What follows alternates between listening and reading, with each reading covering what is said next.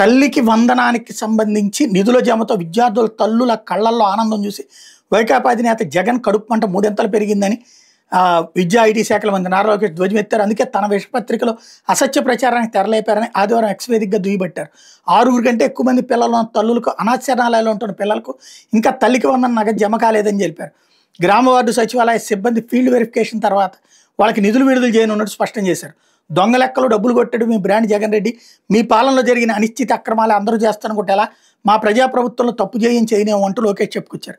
అదే సందర్భంలో దాని కిందనే వార్త ఇంకోటి, పరిశీలన తర్వాత తల్లికి వందనం చెల్లింపులు అంటూ పాఠశాల విద్యాశాఖ రాసుకొచ్చింది. ఎస్ కరెక్టే. ఎట్ ద సేమ్ టైం ఈనాడు జ్యోతి కూడా రాసింది నిన్న సేమ్ 40 మంది పిల్లలకు ఒకే తల్లి, 24 మంది పిల్లలకు ఒకే తల్లి అన్నటువంటిది. వీళ్ళు హార్ష్గా రాశారు, వాళ్ళు ప్రేమగా రాశారు, అంతే తేడా. ఇక్కడ ప్రతిదానికి స్పందించాల్సిన అవసరం లేదు. రెండోది ప్రతిదానికి దుర్భాషలాడుతూ కూర్చోవాల్సినటువంటి అవసరం లేదు.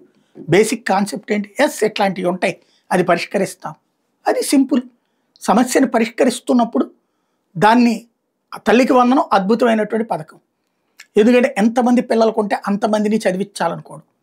అదే సందర్భంలో అది కన్విన్సింగ్గా చెప్పాలి, కానీ అటాకింగ్గా చెప్పేటటువంటి ప్రయత్నంలో దానికి ఉన్నటువంటి ఆ సున్నితత్వం, ఆ ప్రేమపూరిత తత్వం చెడిపోకుండా చూసుకుంటాం బెటర్.